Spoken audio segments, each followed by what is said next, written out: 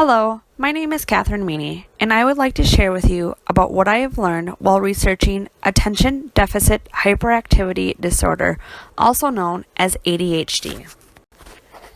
By the end of this presentation, you will be able to understand, identify, and acknowledge such students that may present in your future classrooms. To begin, I truly feel that individuals with ADHD are looked down upon and considered lazy and unmotivated, but in reality, they can't always manage their own behaviors, thoughts, and actions. According to the National Institute of Mental Health, attention deficit hyperactivity disorder is a brain disorder marked by an ongoing pattern of inattention and/or hyperactivity, impulsivity that interferes with functioning or development. This is one of the most common neurodevelopmental disorders, in which means that there is a change in the way the brain develops and matures. Later, I will explain how one's neurodevelopment explains the reasoning behind specific characteristics and symptoms displayed amongst ADHD. While understanding exactly what ADHD means, it is also important to understand what causes it. While it seems that in today's society, ADHD diagnosis is on the rise, but why is that? In 2003, only 7.8% of children were diagnosed, while now over 11% ages 4 to 17 are diagnosed. While that may not be a big increase, the fact of it is, it's still an increase. Let's look at who is more likely to get ADHD. Boys are more likely to have ADHD, especially the subtype of hyperactivity impulsive, while girls are more likely to have the subtype of inattention. Some of the factors that cause ADHD are genetics, brain structural differences, and environmental factors. While researching the brain structural differences, and what really stood out to me, however, was the use of MRIs and the fact that using MRIs really isn't a definitive factor for determining ADHD. It just helps us understand the reasoning behind such symptoms. In 2007, a study was done, and researchers found that ADHD was more prominent in the brain's cortex, which helps control thinking, attention, and planning. In addition to brain structural differences, environmental factors such as lead exposure and toxins, while prenatally, do increase the chance of having a child with ADHD. What do you think of when you hear attention deficit hyperactivity disorder? Do you picture a student sitting in a desk, staring around the room during instruction time? Do you think of that one student that continuously talks out of turn and won't stay seated? Do you find such student continuously losing their pencil, fidgeting with the edges of their paper, and it seems that they are never ready to move on because they have spent so much time fidgeting and moving around? Well, I would like to share with you that most of those behaviors are characteristics of ADHD. While some educators may perceive these behaviors as inappropriate, often students have a hard time controlling these symptoms because of their inhibition of executive functioning and neurodevelopment. While it is important to realize that ADHD is diagnosed as ADHD, there are three subtypes. One is inattentive, the second one is hyperactive impulsive, and the third is a combination of inattentive and the hyperactivity impulsiveness. I'm going to be talking about the characteristics of an inattentive. This is the first type of ADHD. Students with this subtype display a multitude of symptoms, including issues of following through. They often miss little details when doing homework and projects, and they can be easily distracted by stimuli. Also, it's important to note that when talking to such student, it may be frustrating, but they may appear to not be listening when spoken directly to. Also, they tend to lose necessary things like paper, pencils, and assignments. I'm going to be talking now about the hyperactive impulsive. This type of student would be known as a busybody, as for they are always moving, whether that be in their seat or around the room. These students have a hard time keeping their hands to themselves. They have a hard time staying seated and are fidgety. While teachers may enforce students to stay seated during specific activities, know that it is mentally challenging for such students to sit still and stay quiet. They have a hard time engaging in quiet activities. They tend to talk excessively and blurt quite often. These are the students that always have an answer and oftentimes talk before they think. These are also your type of students that usually just raise their hand and go about. In addition to these three subtypes, there are also symptoms and characteristics that are part of coexisting disorders that could be displayed with ADHD. According to CHAD, the National Resource on ADHD, 1/3 to 1/2 of individuals with ADHD have opposite defiant disorder, in which have displays such symptoms as often losing their temper. They often blame others for mistakes and their behavior. They're actively defiant. They argue with adults frequently and often deliberately annoy people. Another coexisting condition that's important to note is the conduct disorder, which results in antisocial behavior. Also, it's known that children with ADHD of the predominantly hyperactivity impulsive type may show aggressive behaviors, while children of the predominantly inattentive type may be more withdrawn. Again, when looking at ADHD, there are many aspects to consider in why a simple diagnosis is not attainable. Again, looking at the coexisting conditions, individuals with ADHD tend to have an impairment in pragmatic language related to social skill impairment and have a hard time regulating positive and negative emotion. Along with ADHD, again, 2/3 have been identified as having internalizing or externalizing behavior disorders. Because of these, this is why resorting back to the DSM-5, that the other possibilities of exceptionalities are ruled out, the assessment for ADHD can continue forward. When looking at inattentive, according to the DSM, which is the Diagnostic and Statistical Manual of Mental Disorders, a child to the age of 16 must have at least 6 of the symptoms that include trouble holding attention. They don't seem to be listening when directly spoken to. They have a lack of organization.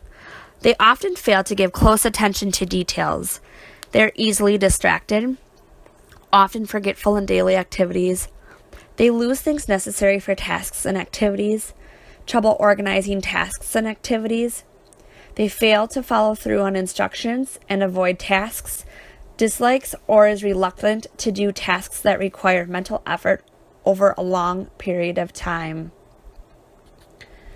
For a child to be diagnosed with ADHD hyperactivity impulsive, the child up to the age of 16 must present at least 6 of these symptoms that include often fidgeting. They're frequently disrupting or intruding on others. They often leave their seat in situations where remaining seated is expected. They constantly are on the go, unable to partake in quiet activities. They inappropriately move about. Usually they're climbing in situations where it's unexpected.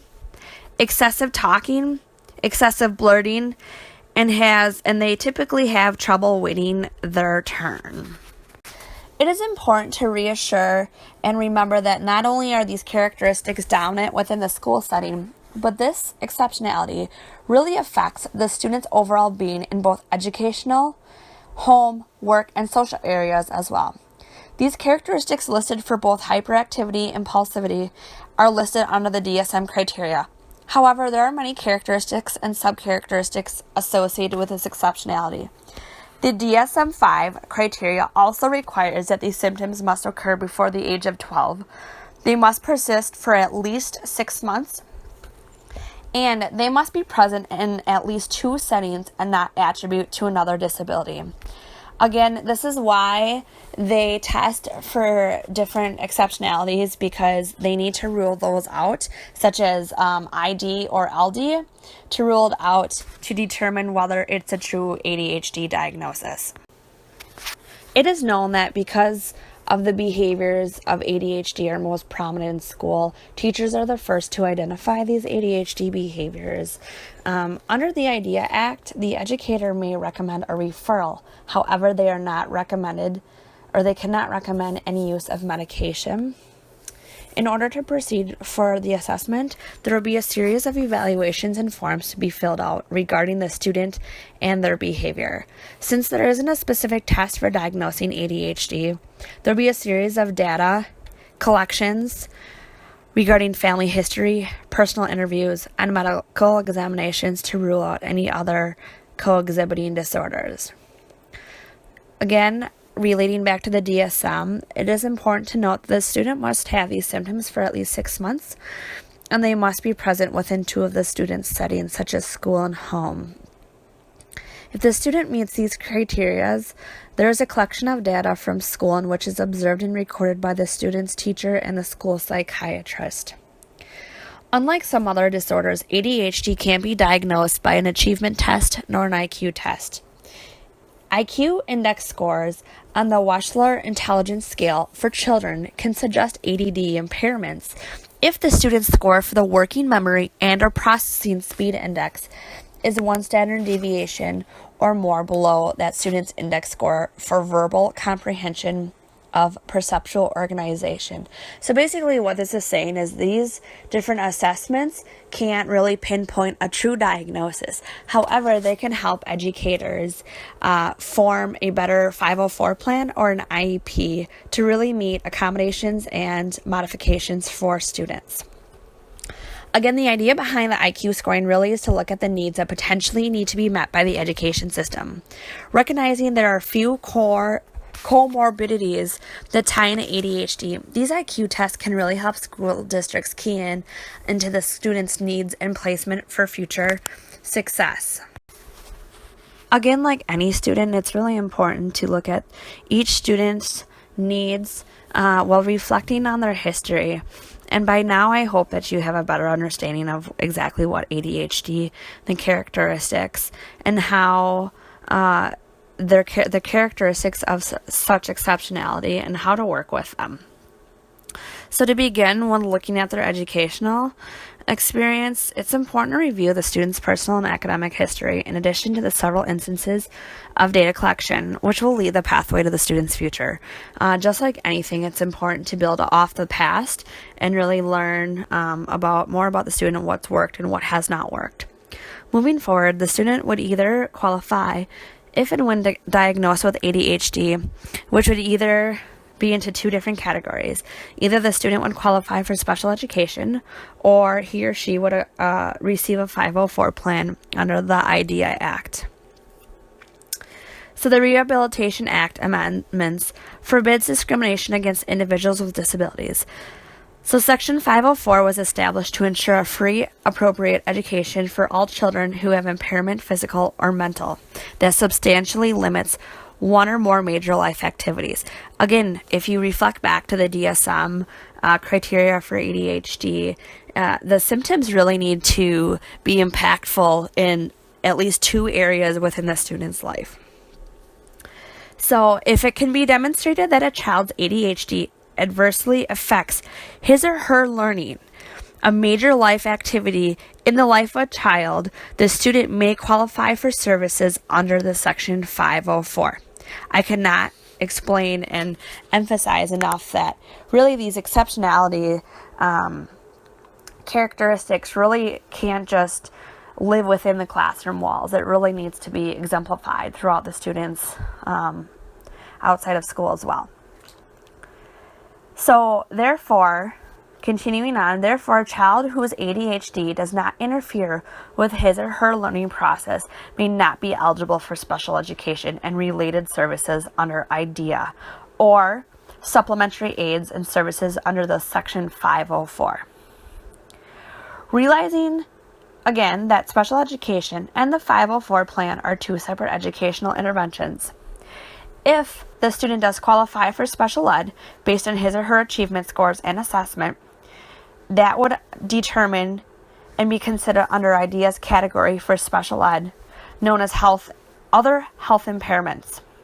If the student is placed in a special ed, the student will receive an IEP, or known as an individual educational plan, which plans educational supports, while the 504 plan identifies special accommodations for the student. I just want to talk a little bit about the modification implications you should have for students with ADHD, and also in addition to accommodations. So a modification changes the standard of participation or the extent of what a test or evaluation measures. In order to meet the principles of the 504 plan, a teacher must implicate the modifications listed. Some modifications for ADHD, well, the first one, which is the most common, would be to eliminate distractions. This means that the student is placed in a seat or area of the room that is away from the door, a window, and excessive wall hangings. It's important to note that stimuli isn't just based upon students and what's going on behind them. It also can be visual stimulating, whether it's a bright wall hanging or there's too much clutter around them. That in itself is a huge distraction, in addition to the extra bodies moving around and the extra noise. Students with ADHD should have a reduced amount of stimuli around them at all times. Also, however, on the flip side of this, while seating the student away from displayed stimuli, it is important, however, to have the student able to view important displays from his or her seat, including rules, possible expectations, and a daily schedule that is either written or created using a visual chart. Displaying rules is important, but one thing for educators to remember is that the rules themselves should be brief, clear, and concise. All students, especially ones with ADHD, should understand these rules and understand the consequences and rewards that go along with them. While hanging up rules and expectations along with visual schedules, another idea for educators is to use concrete examples and anchor charts for all students to use. Having a visual of what is expected can help a student with ADHD understand what is expected of them as a learner. It helps them stay focused, and it helps them be organized. Lastly, understanding the organization, time management, and prioritization skills are areas of improvement needed for such students. It is so important for educators to teach organizational skills, to not only teach them, but to demonstrate them themselves. Individuals with ADHD really learn better and strive better in areas that are clutter-free, they're distraction-free. Again, who doesn't function better in a setting like that? Also, not only teaching organizational skills, but really emphasizing the use of a planner, whether it be a visual planner on a computer or a tablet or even a paper planner. Another concept to do is to set personal expectations and goals that are attainable. And lastly, to prioritize assignments, tasks, and goals. This can be done whether it's on paper, it's jotted on a notepad, it's in a planner. As long as it's small, it's attainable, and it's visible by students at all times. It's really important here. Well, it's important to understand modifications. Modifications really allow for students to be successful within the classroom, while accommodations really focus on having the student utilize resources that could be presented in and out of one's classroom. Adaptions are any adjustment in the environment, instruction, or materials for learning that enhances the student's performance and allows for at least partial participation. Some accommodations for individuals with ADHD would include extended test-taking time, providing a quiet space, whether in the classroom or in another room to complete the test, a modification of the test format, assistance of note-taking, adjusting the student's schedule to add a movement or sensory break, and allowing extra time for completing tasks and assignments. First and foremost, it's really important to allow students with hyperactivity, impulsive, to just get up and move. I understand that teachers may see this as a distraction to others, but they are fidgety. That is one characteristic of them. And if the student perhaps is not able to get up and move during a lesson, give them a fidget, whether it's silly putty or it's thinking putty or it's a squishy ball. They need to constantly be going and doing. Again, that's part of their exceptionality. So honoring sensory breaks too, if and when it's appropriate, is also important because it allows them to expel their extra amounts of energy. Also, when planning lessons, it's important to incorporate movement, referring back to the types of learners that ADHD students can exhibit, just like any other student really though.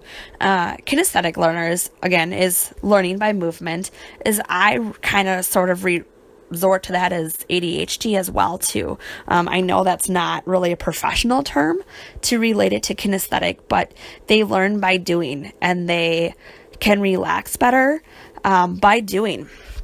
So that's really something to incorporate in lessons as well.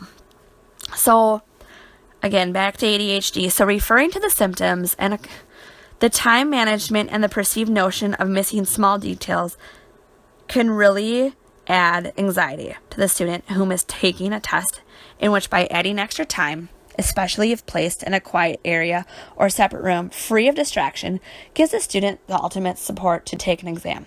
So here we went from the student needs to get up and needs to move to the student really needs that extra time to really focus, because maybe they are fidgety and they get distracted by something, and now you've wasted 5 minutes out of the 20 minutes you had to take a test.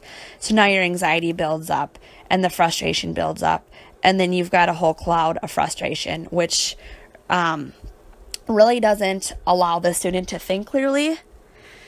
So that's really important to add extra time. Also, placing them in a quiet room, just like individual with inattentive, giving them that quiet, distraction-free space is important. Another accommodation would be to modify the test format. Perhaps it's important for students to learn and mature about their exceptionality, to find out which kind of a learner they are. Perhaps a student may do better on an oral test versus a written test. Maybe the student might do better on a computer test versus a paper test. It's hard to say until the student does it, but at the same time, when starting out with these accommodations, it's all about learning about the student as an individual and what you can do to better serve them. So in addition, we go from test taking. Now we're looking at, again, learning different learning styles. One other accommodation would be the assistance of note taking. You could offer them a computer. You could offer them a tape recorder to tape the lecture. Keep in mind that students with ADHD, again, they may appear like they're not listening, but really they're really trying to process what is coming at them. So a part of their executive functioning, or a part of their executive functioning is looking at one's working memory. So when a student is trying to take notes, are they really processing what you're telling them? I would almost guarantee they're not. That while they're trying to work hard and they're trying to write notes, and trying to comprehend what's going on, and then maybe a student in the back is tapping their pencil and they're distracted by that. There's just too many things going on. So by having and allowing the student to really record lectures is huge. As for, they can always go back and take notes or look over their notes and maybe make sure it matches with your lecture. Another accommodation that would be beneficial, instead of having the student record lectures, maybe as an educator you could type up your notes or make an outline ahead of time for the student. That way they kind of just fill in the blanks and they go away from there. Again, it's important to remember too that accommodations that are listed within the 504 plan and or the IEP must be implemented properly, and because it's stated within the IDEA Act.